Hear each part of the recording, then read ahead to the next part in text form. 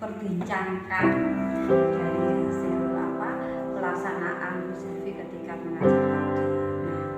Nah, dari percakapan ini tujuan kita berdiskusi dari hasil organisasi ini, Bu Sylvie, menurut Bu Sylvie hasil proses pembelajarannya tadi itu bagaimana?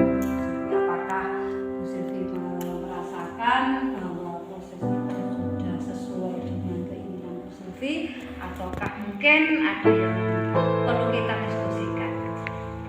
Ya, mungkin saya kira masih ada yang perlu didiskusikan ya Bu ya, karena mulai pengamatan dari pembelajaran saya amati dari awal sampai akhir itu saya ini masih merasa kesulitan Bu ya dalam menggali potensi anak untuk menemukan ide-ide yang cocok dari anak-anak sendiri. Kemudian mungkin juga karena saya belum efektif juga ya dalam memanfaatkan media di sekitar, sehingga mungkin masih kurang dalam pelajaran. Dan di kelas ini masih saja ada anak yang masih mengganggu temannya dan tidak tertib ya, sehingga menjadi suasana kelas itu tidak tidak efektif, jadi menjadi ramai. Kemudian setiap saya menjelaskan itu masih ada saja yang bicara atau yang bicara dulu temannya, nah seperti itu, sehingga dalam pemberian tugasnya pun mereka masih kurang bisa mengerti. Kalau saya bisa tangkap dari yang disampaikan Bu Sylvie tadi, itu masih ada kendala ya,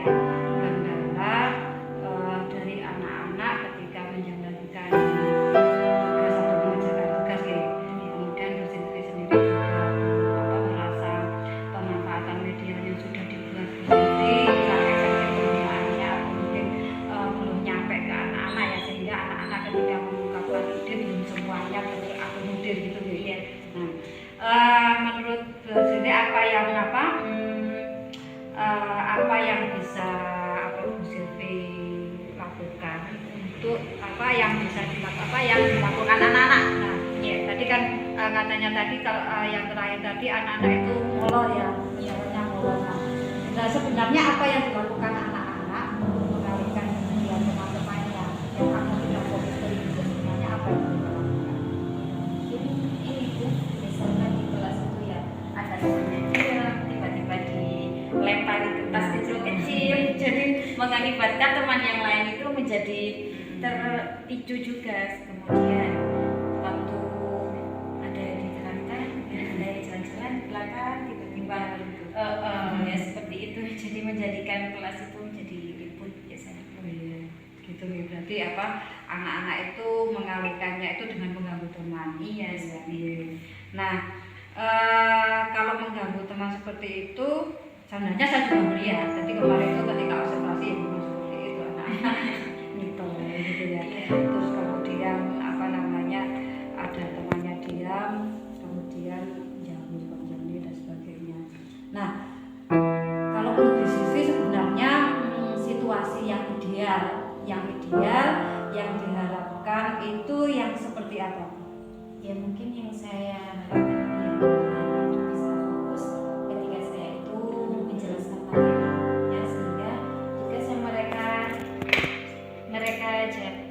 kerjakan itu anak bisa mengerjakan dengan baik ya. Kalau seperti tadi anak-anak itu di kelas sudah tidak tertib, kemudian ramai, sehingga anak-anak kan juga masih tidak bisa mengikuti pelajaran yang diberikan.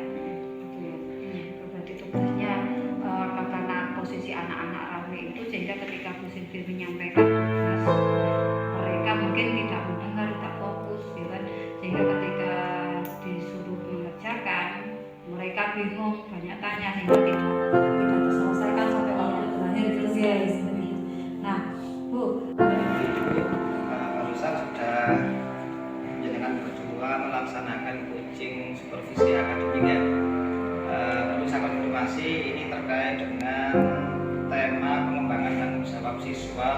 bagaimana bisa menuntaskan tugas yang diberikan. Ada beberapa catatan kunci yang mungkin perlu saya sampaikan pasca coaching ini. Yang pertama adalah yang perlu saya apresiasi dari bagian kedua, tujuan percakapan dari coaching ini sudah tercapai. Jadi dengan kemampuan coach tadi Bu Siti menggali pertanyaan-pertanyaan yang berbobot, sehingga si coach Bu Sylvia tadi bisa menyampaikan apa yang menjadi harapan ke depan terkait bagaimana anak-anak ini bisa memahami tugas yang Bu Sylvie berikan dengan mudah. Itu yang pertama. Yang kedua, Bu Sylvie tadi selaku coach juga sudah mendapatkan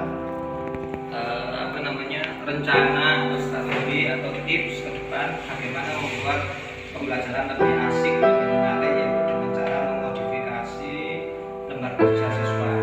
Bisa jadi dengan disampaikan dengan bahasa yang lebih mudah, dengan disertai gambar-gambar yang menarik, sehingga siswa menjadi lebih satu tertarik, yang kedua lebih mudah untuk memahami materi yang ada di dalamnya. Itu dan perlu kami apresiasi.